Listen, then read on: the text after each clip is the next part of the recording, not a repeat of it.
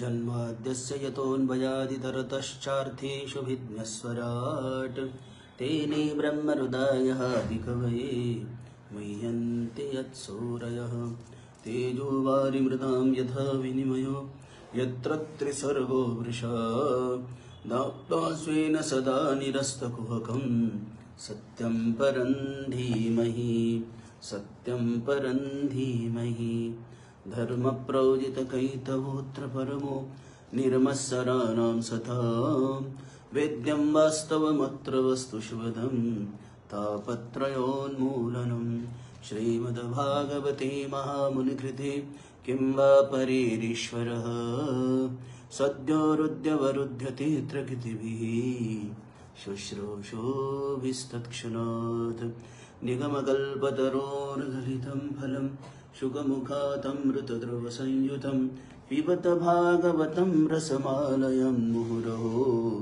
रसिका भुवि भावुकाः रसिका भुवि भावुकाः। हे कृष्ण करुणा सिंधो दीनबंधो जगत्पते गोपेश गोपिका कांत राधा वल्लभ नमोस्तुते राधा वल्लभ नमोस्तुते। बोलिए सच्चिदानंद भगवान की जय। तो मित्रों, कल हमने अम्बरीश के माध्यम से नाम की महिमा देखी है। नाम जो है, नाम में कितना पावर है। नाम नामी को खींच के लाता है। भले आपको नामी मालूम ना हो, पर नाम मालूम है तो नाम लेने से नामी अपने आप दौड़ा आ जाता है।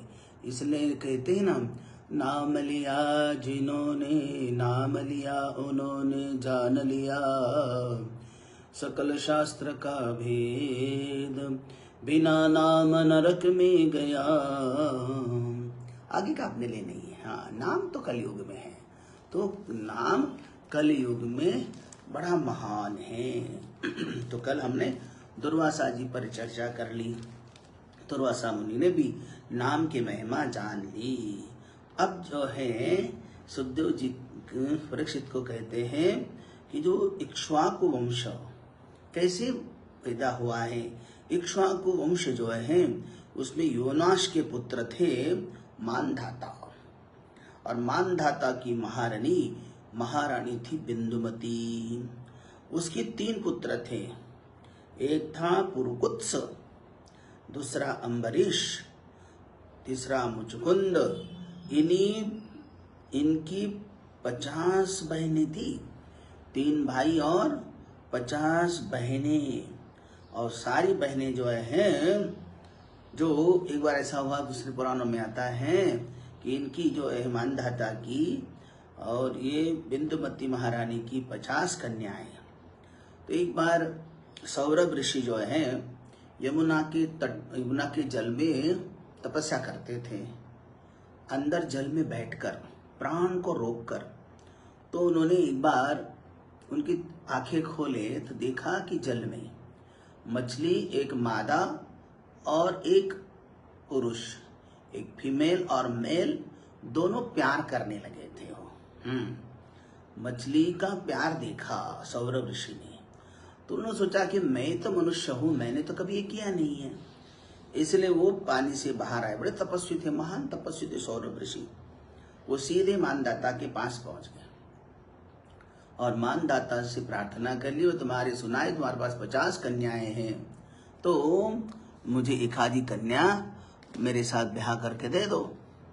अब जो है राजा ने सोचा, भैया ये तो बड़ी तपस्वी है, इनको मना कैसे करें। उन्हें कहा कि महाराज जरूर जरूर, आप ऐसा करिए, आप कन्या के महल में जाइए, जो कन्या आपको पसंद करे आप निश्चिंत उसी के ही, जो कन्या आपको वरण करे उसी का साथ आप विवाह कर ले। तो सौरभ ऋषि जब बाहर निकले, उन्होंने कहा कि वाह, राजा ने तो बड़ी नीति का बात बोली है, भली बड़ा ही चतुराई से बात बोली है। अब मैं इतना जर्जर बूढ़ा हो चुका हूँ, भले मेरे साथ ये राजकन्याएं इतनी सुंदर है, कौन सी मुझे पसंद करने वाली है, नहीं करेगी, निश्चित ही मेरा विवाह तो होगा ही नहीं है। लेकिन फिर भी जा चातुराई करता है। तो मैं भी महाचतुर हूँ। तपस्वी तो थे ही और बड़े तपस्वी थे। इन्होंने क्या कर लिया, जब महल से बाहर निकले, राजकन्या की महल की ओर जा रहे थे, अपनी तपस्या के बल से अपनों को इतना सुंदर बना दिया, कामदेव भी लजा ले। कामदेव से भी बड़ा सुंदर बनाया सौरभ ऋषि ने अपने आप को। और फिर महल में गए, और जैसे महल में गए और राजकन्याओं ने देखा कि मैं करते हुए सभी ने कहा कि हम इनसे विवाह करेंगे, मुझे ये पति का रूप चाहिए, मुझे पति का रूप चाहिए।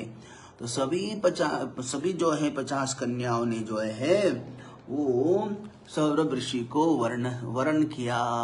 राजा के पास समाचार मिला कि महाराज एक नहीं दो नहीं, तुम्हारी पूरी की पूरी कन्याएं जो हैं सौरभ ऋषि से ही विवाह करना चाहती। राजा ने आके देखा सौरभ ऋषि को दिव्य रूप धारण करके रखे थे। तपस्वी जो है अपना रूप बहुत ही सुंदर बना रखा था, कामदेव से भी सुंदर। इसलिए सारी राजकन्याओं ने सौरभ ऋषि से ही विवाह कर लिया। तो अयोध्या में 50 कन्याओं का विवाह संपन्न करा दिया। तो इसके बाद जो है परंपरा आती है, राजा खट्वांग के दीर्घबाहु और उनके रघु राजा, इनके अज, उनके दशरथ, और दशरथ महाराज ने पुत्र प्राप्ति के लिए पुत्र कामेष्टि यज्ञ प्रारंभ किया। पुत्र कामेष्टि यज्ञ प्रारंभ कर लिया। वशिष्ठ मुनि को बुलाया कि मुझे कोई बुढ़ापा आ रहा है, मुझे कोई पुत्र नहीं है, इसलिए पुत्र कामेष्टि याग कराइए। तो वशिष्ठ मुनि ने पुत्र कामेष्टि याग करने का निश्चय कर लिया। और पुत्र कामेष्टि याग में वशिष्ठ ही थे। तो विभांडक के पुत्र जो है श्रृंगी को ले आए। जब तक राम नहीं आते हैं तब तक कृष्ण भी नहीं आते हैं। भागवत में विशेष करके मुख्य कथा जो है श्री कृष्ण की। फिर भी राम के आगमन के बाद ही भगवान श्री कृष्ण की कथा, भले संक्षेप में भागवत में राम कथा है, बड़ी संक्षिप्त में भागवत कथा है राम भागवत में। तो फिर भी लेकिन राम आने के बिना कृष्ण नहीं आते। जिसके घर में राम नहीं आते उनका रावण भी तो बड़ा उछलता कूदता रहता है। रावण रूपी काम जो है मरता नहीं है। और जब तक काम रूपी रावण मरता नहीं है तब तक जो है कृष्ण नहीं आते। तो रावण तभी मरेगा जब राम की मर्यादा का पालन किया जाए। राम की मर्यादा का पालन के बिना रावण तो मरना मुश्किल है। इसलिए तो कहते हैं कि भाई देखो नाम में कितना पावर है। तुलसीदास जी कहते हैं राम राम राम रटने मात्र से क्या होने वाला, लोग बोलते हैं क्या नहीं होने वाला पता है। देखो यहाँ होता है, तुलसीदास जी कहते हैं तुलसी रा के कहत ही। देखो तुलसी जी कहते हैं राम में से रा और म 2 अक्षर हैं। तो तुलसी कहते हैं तुलसी रा के कहत ही निकसत पाप बहार फिर आवन पावत नहीं देत मकार किवाड़ो। कहते तुलसीदास जी कि भगवान राम, ये 2 अक्षर में से राम मुख से निकला तो क्या होता है, तुलसी रा के कहत ही पाप निकसत बाहर, रा कहो तो सारे पाप जो है बाहर निकलते हैं। और उसके बाद जो है फिर आवन पावत नहीं देत मकार, केवल म बोलते ही मुंह के होठ बंद हो जाते हैं। तो ये कहते कि वो म मतलब ये तो दरवाजा है, बंद किया होता है, पाप बाहर निकल गए। और म बोलते ही वो अंदर आना भी चाहे पाप तो दोबारा शरीर में प्रवेश नहीं कर सकते। इसलिए राम नाम जैसा सरल है वैसा उनका काम भी सरल है, उनकी लीला भी सरल है। तो राम के नाम में एक भी संयुक्त अक्षर नहीं है। कृष्ण के नाम से एक भी अक्षर सरल नहीं है, सभी संयुक्त अक्षर ही हैं। हाँ, इसलिए कहते हैं ना, तो एक भी संयुक्त अक्षर सरल अक्षर नहीं है। तो नरसिंह अवतार की कथा में क्रोधनाश की कला बताई, और वामन अवतार की कथा में लोभ वश की कथा बताई, और रामचंद्र जी के अवतार की कथा में काम का नाश करने की कला बताई है। तो जो है काम नाश की कला बताई भगवान रामचंद्र जी के चरित्र से। क्रोध, लोभ और काम का जब नाश होता है तो तभी श्री कृष्ण भगवान आनंद कंद श्री कृष्ण प्रकट हो जाते हैं। तो जब तक हमने अपने घर को अयोध्या सा नहीं बनाते तब तक भगवान श्री राम भी उनमें प्रकट नहीं होते। अपना घर को अयोध्या बनाना पड़ेगा। तो अतः सर्वप्रथम जो है हमें अपने घर को अयोध्या बनाना है। अयोध्या का मतलब क्या होता है पता है? अयोध्या जहाँ पर जिस घर में युद्ध, कलह, क्लेश नहीं होता वही सच्ची अयोध्या है। जहाँ कोई कलह नहीं, कोई युद्ध नहीं है, कोई क्लेश नहीं है, वही अयोध्या है। अयोध्या है सरयू नदी के तट पर, अर्थात भक्ति प्रवाह के किनारे पर रहने पर शरीर भी अयोध्या बनेगा। और जैसे शरीर रूपी नगरी में दशरथ रूपी जीवात्मा जितेंद्र होगा तो इस शरीर रूपी अयोध्या में भगवान श्री राम भी अवश्य प्रकट हो जाते हैं। लेकिन भक्ति रूपी नदी जो है सरयू, उसके तट पर तो बसना पड़ेगा जीवात्मा रूपी दशरथ को। अच्छा, दशरथ जी कौन है? दशरथ जी जो है कहते हैं दशरथ जी जो है 10 इंद्रिय रूपी अश्वों को नियंत्रित करके शरीर रथ रूपी रथ को लेकर जो रामचंद्र की ओर जाता है वही दशरथ है। तो शरीर रथ को भगवान की ओर ले जाता है, लेकिन कैसे? अपने 10 इंद्रियों को कंट्रोल में कर नियंत्रित करके शरीर रूपी रथ को भगवान राम की ओर ले जाता है, वह है दशरथ। ऐसे दशरथ के घर भगवान पुत्र रूप में आते हैं। दशरथ जीवात्मा है। इन 10 इंद्रियों को वश में करके जो जितेंद्रिय बन जाता है उसी को दशरथ कहते। 10 तो है ही उसके अंदर रथ, जो 10 को अपने अधीन करता है। और ऐसा जिस दिन होगा वही उसी दिन जो है उसी दिन भगवान राम हमारे घर में भी प्रकट हो जाएंगे। जेहि दिन राम जन्म श्रुति गावही, तीरथ सकल तहा छलिहाई। तो यज्ञ का प्रसाद तो मिला ही था उनको। यज्ञ का प्रसाद लेकर जो है वो अपने रानियों को दे दिया। रानियां गर्भवती हो गई। संक्षेप में कथा है भागवत में, रामायण की। और अब समय आ गया है भगवान राम का प्रकट होने का।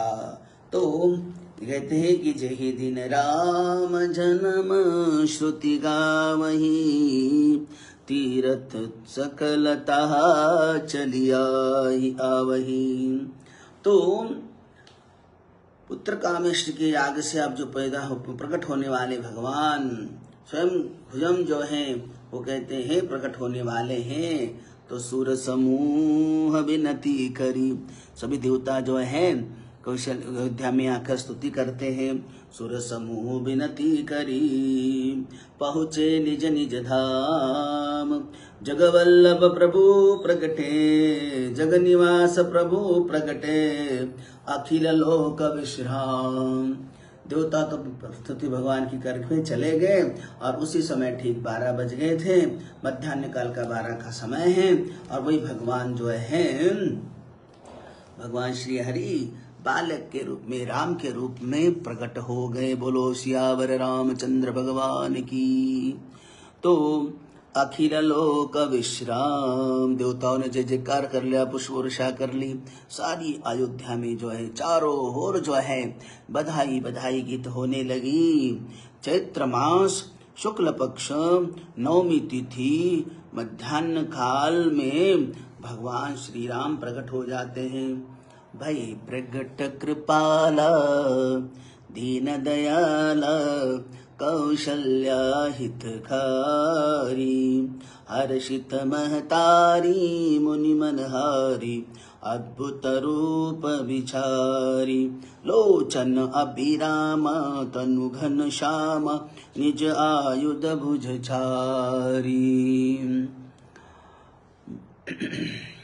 भूषण वनमाला नयन विशाला, शोभा सिंधु खरारी, कह दोई कर जोरी, स्तुति तोरी कही विधि करो हनंता, माया गुण ज्ञानातीत हमा वेद पुराण भनंता, करुणा सुख सागर सब सुख आगर, जही गावहि श्रुति संता, सो मम हित लागी जन अनुरागी, भयहु प्रगट श्रीखंता, ब्रह्मांड निकाया निर्मित माया, रोम रोम प्रतिवेद कहे, उपजा जब ज्ञाना प्रभु मुस्काना, चरित कहूँ विधि किन्न कहे, कही कथा सुहाई मातु बुझाई, जही प्रकार सुत प्रेम लहे, माता पुनि बोली सो मति डोली, तजउ तात यह रूपा, कीजे शिशु लीला अति प्रिय शीला, सुख परम अनूपा, सुनि बचन सुजाना रोदन ठाना, होई बालक सुर भूपा, यह चरित जिगावहि पद पावहि, तेन परहि भवकूपा, तेन परहि भवकूपा। ऐसे भगवान श्री राम की स्तुति कर ली। हाँ, तो देखो यहाँ कौशल्या माता ने भी देखा, ये तो दिव्य जो है चतुर्भुज वाले पीतांबर पहने वाले भगवान को देखा। तो कौशल्या माता ने कहा, प्रभु आपको तो हमने पुत्र के लिए बोला था, आप तो ऐसे बनकर आए हो, तो इसलिए तो ठीक नहीं है। इसलिए माता पुनि बोली, माता पुनि बोली, सोमति डोली, तजउ तात यह रूपा। हे प्रभु, हे रूप त्याग दो, लोग कोई स्वीकार करेगा नहीं कि कौशल्या का पुत्र है। सुनी बचन सुजाना रोदन ठाना, होई बालक सुर भूपा। तो भगवान ने कहा, अरे माता, हम तो आपको बताने के लिए कि आपको 3 बार हम पुत्र बने हैं, यही बताने के लिए आप तीसरे बार आए, तुम्हारा वरदान जो दिया था वो पूर्ण हुआ। और इतना कहकर भगवान तुरंत शिशु के रूप में प्रकट हो जाते हैं। यह चरितो जगावई हरिपद पावई, तेन परहि भवकूपा। देखो, दशरथ के घर साक्षात ब्रह्म पर ब्रह्म श्री हरि प्रकट हुए हैं। जो निर्गुण थे वही भक्तों के प्रेम के कारण आज सगुण बन गए हैं। हाँ, उनके नाम में इतना पावर है, स्वयं कितना आने के बाद कितना पावर होगा। ये तो तुलसीदास जी कहते हैं जगह, तुलसी रेखा कर्म की मेटत है नहीं राम, मेटे तो अचरज नहीं, समझो किया है काम, समझो किया है काम। देखो, समझो काम कर लिया, भगवान ने काम कर लिया है। तो भगवान राम जो है तो अरूप है, निर्गुण निराकार परमात्मा। इसलिए गोस्वामी तुलसीदास जी भी कहते हैं, क्या कहते हैं वो कहते अगुण अरूप अलख अजोई, भगत प्रेम बस सगुण सोई, भगवान भक्त के प्रेम से वो सगुन बन जाते हैं। बिनु पद चलाए सुनाए बिनु काम, बिनु पद चलाए सुनहि बिनु का नाम। बिना पद के भगवान चल सकते, बिना कान के सुन सकते हैं। कर बिनु काम करहि विधि नाना। तो इस तरह जो भगवान जो है, भगवान ऐसे अरूप निर्गुण निराकार होकर भी भगवान सगुन बन जाते हैं। तो भगवान कोई राक्षसों को मारने की जरूरत नहीं थी कि सगुन बनने के लिए, क्यों केवल भगवान तो भक्त के प्रेम के लिए ही सगुन बन जाते हैं। अनन रहित सकल रस भोगी, बिनु बानी वक्ता बड़ जोगी। तन बिनु परस नयना बिनु देखा, ग्रवैधा घ्राण बिनु बास विशेष। अति सब भांति अलौकिक करनी, महिमा जासु जाय नहीं भरनी। तो उनकी महिमा जो है वर्णन नहीं की जा सकती है। तो राम के बिना आराम नहीं सज्जनों। इसलिए जीव मात्र आराम चाहता है, हर कोई विश्राम चाहता है, आराम चाहता है, लग्जरी लाइफ चाहता है। जो मात्र शांति का उपासक है, ऐसी शांति का जिसका कभी भंग ना हो। शांति तो ऐसी चाहिए जो दोबारा कभी उसमें अशांति ना आ जाए। तो राम की मर्यादा का पालन करेंगे तो जीवन में सच्ची शांति मिलेगी। मनुष्य राम की जीवन मर्यादा को जीवन में उतारना नहीं चाहता, नहीं उतारता और सच्ची शांति चाहता है। तो शांति कैसे मिलेगी? नहीं मिल पाती। मानव जैसे सच्चा तब जाग जाएगा, जानिह तबई जीव जग जागा। जानिह जीव तब जागा, जानिह तबई जीव जब जागा। जब सब विषय विलास विरागा। तो जानिए जीवात्मा जागा कब, समझ लेना। जानिहि तबई जीव जग जागा, तभी जीवात्मा जागा है, समझ लो। वही जैसे उसको सारी रुचि जो है संसारिक रुचियों में अरुचि पैदा हो, कोई इंटरेस्ट नहीं किसी में। तो जब सब विषय विलास अनुरागा, तो सारा विराग हो जाता है जिसको हो। तो जब सब विषय विलास विरागा, तो अनुराग छूट जाता है, विराग हो जाता है, वैराग्य हो जाता है। सारे विषयों के प्रति कोई मोह नहीं रहता है। तो भगवान शंकर रामायण के प्रथम वक्ता है।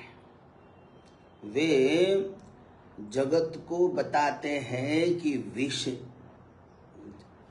मैं विष पी गया, फिर भी राम नाम के प्रताप से मुझे कुछ नहीं हुआ। भगवान भोलेनाथ कहते हैं राम नाम में इतनी शक्ति ही, मैं हल पी गया तो राम नाम के प्रताप से मुझे कुछ भी नहीं हुआ।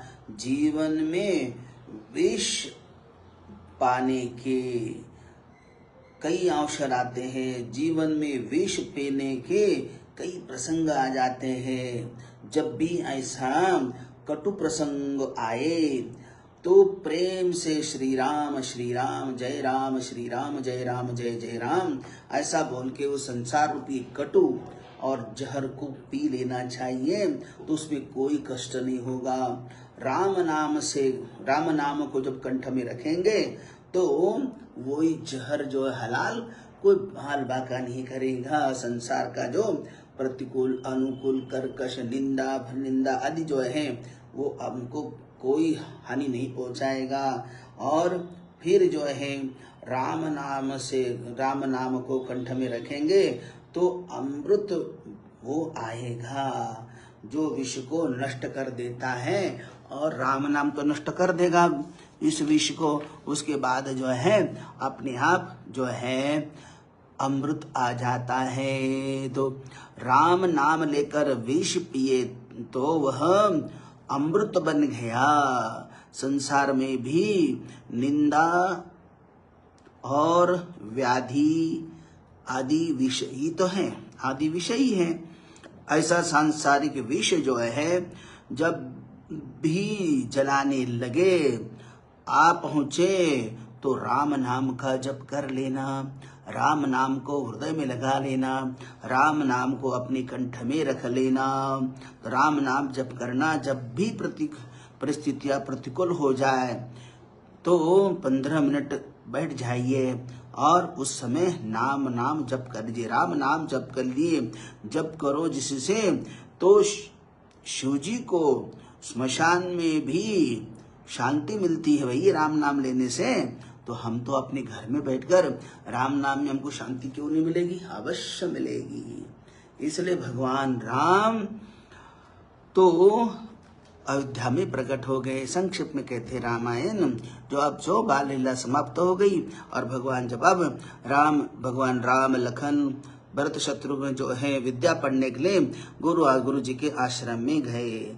संसार माया है, इस माया में आने पर तो भगवान को भी गुरुकुल की आवश्यकता पड़ती है। हाँ, तो जब ये संसार माया है तो इस माया में भगवान जब मायावी रूप धारण कर लेते हैं, माया माने प्रकृति का रूप भगवान ने जब शरीर धारण कर लिया तो पंच प्रकृतियां आई गई, तो प्रकृति का शरीर धारण कर लिया तो भगवान को भी ये माया का लग जाता है। तो भगवान को भी माया के अनुरूप जो है, तो इस माया में आने पर तो भगवान को भी गुरु की आवश्यकता होती है। और वैसे भी अगर भगवान गुरुकुल में नहीं जाते तो कोई गुरु को मानता ही नहीं था।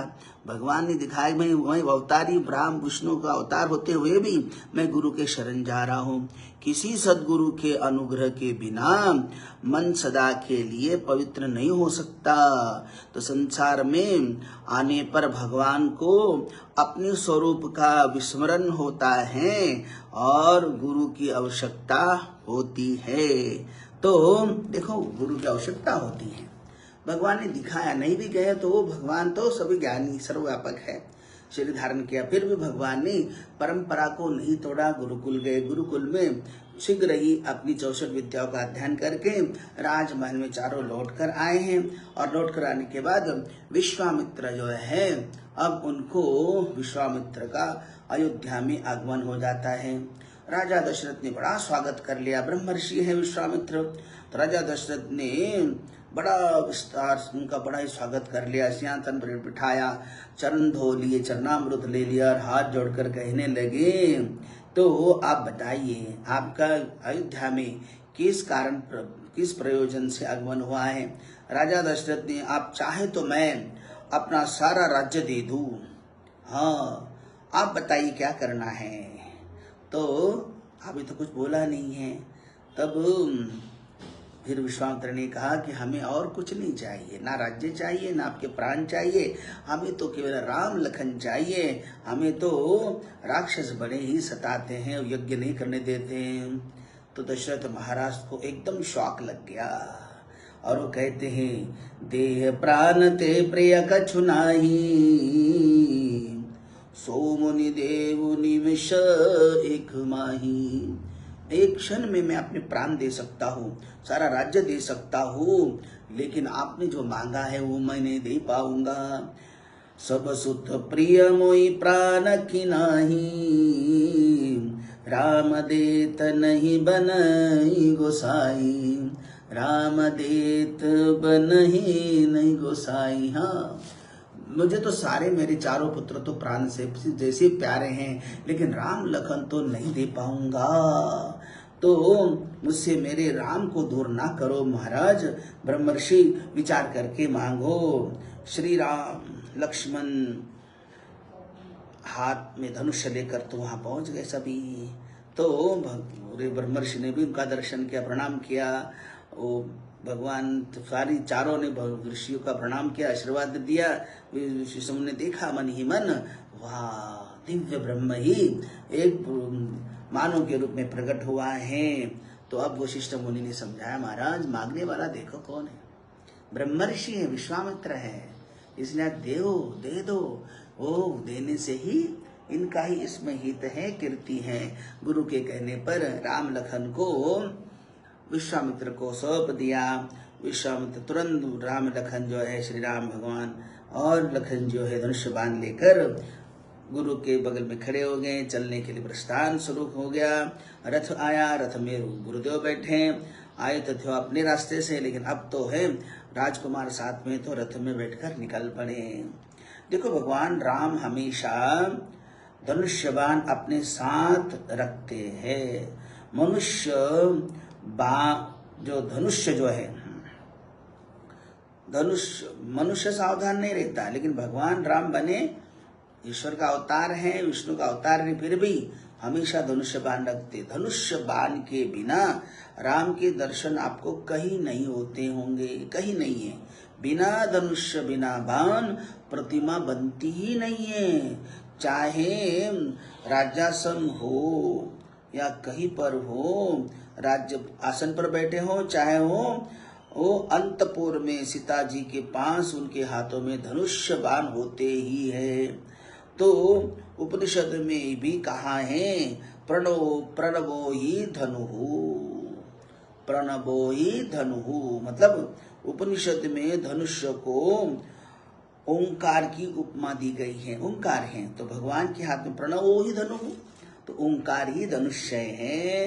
तो ओंकार अर्थात ज्ञान ही धनुष्य है। तो धनुष्य ज्ञान का स्वरूप है, बाण विवेक का रूप है।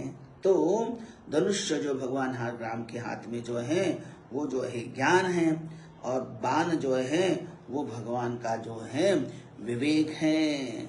इसलिए धनुष्य और बाण अर्थात ज्ञान और विवेक सदा सज्जित रहो, इनके सज्जित रहो, क्योंकि काम रूपी राक्षस न जाने कब विघ्न करने के लिए आ जाए।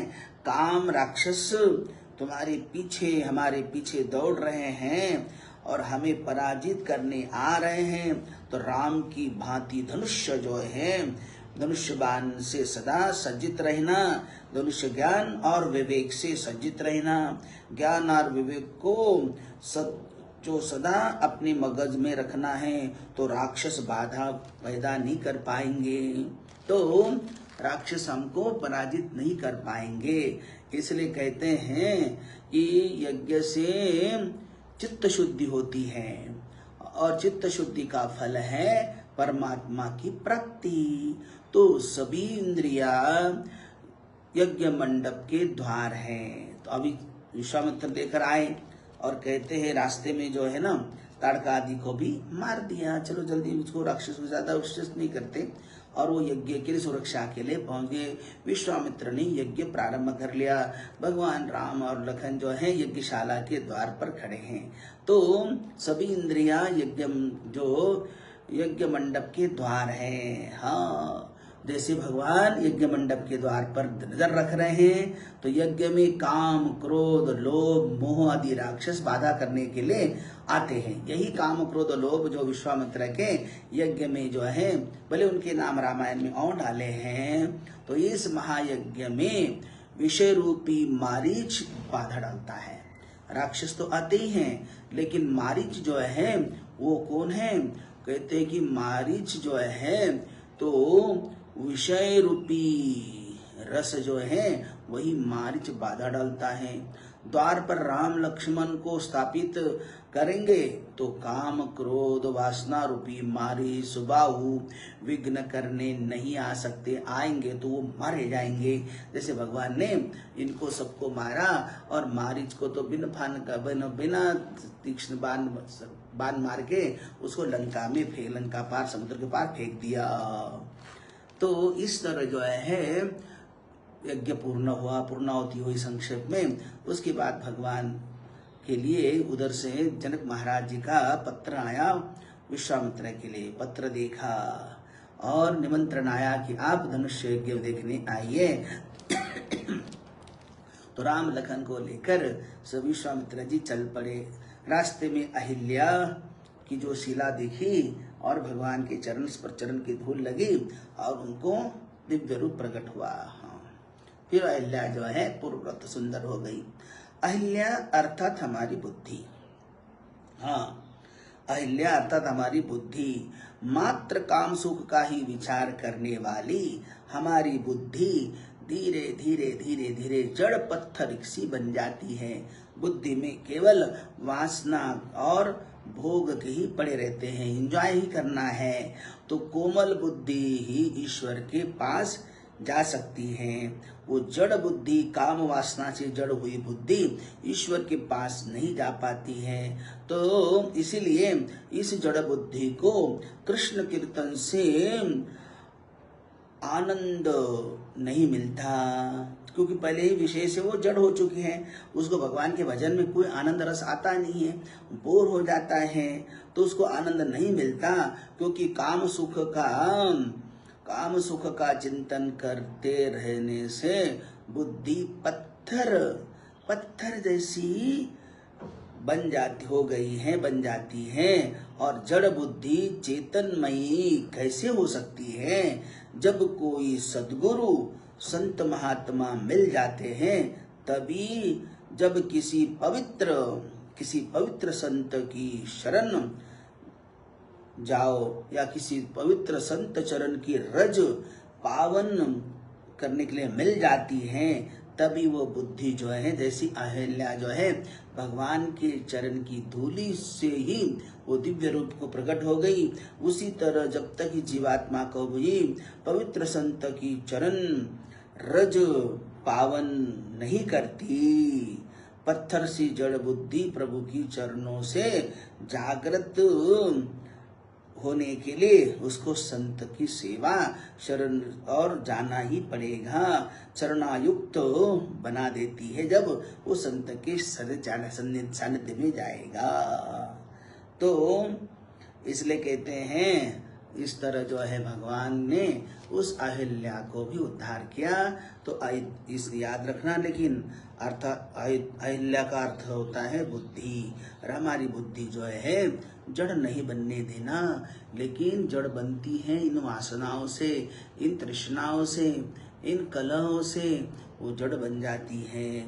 इसलिए हमें ईश्वर के चरण में इस बुद्धि को लगाएंगे तो अवश्य ही हमारी बुद्धि भी जैसे अहिल्या का उद्धार हुआ, उसी तरह हमारा भी उद्धार हो गया। उसके बाद भगवान जो है जनकपुरी में पहुंचेंगे। तो शेष चर्चा जो है हम कल करेंगे। आज तो हम ऋषिकेश में हैं और शाम को हम यहाँ से शाम की फ्लाइट से निकलेंगे और रात को 9 बजे हम वहाँ नागपुर पहुँचेंगे।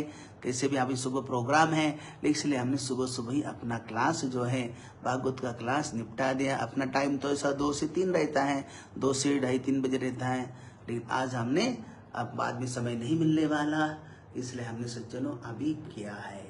तो बोलो सच्चिदानंद भगवान की जय, बालकृष्ण कन्हैया लाल की जय।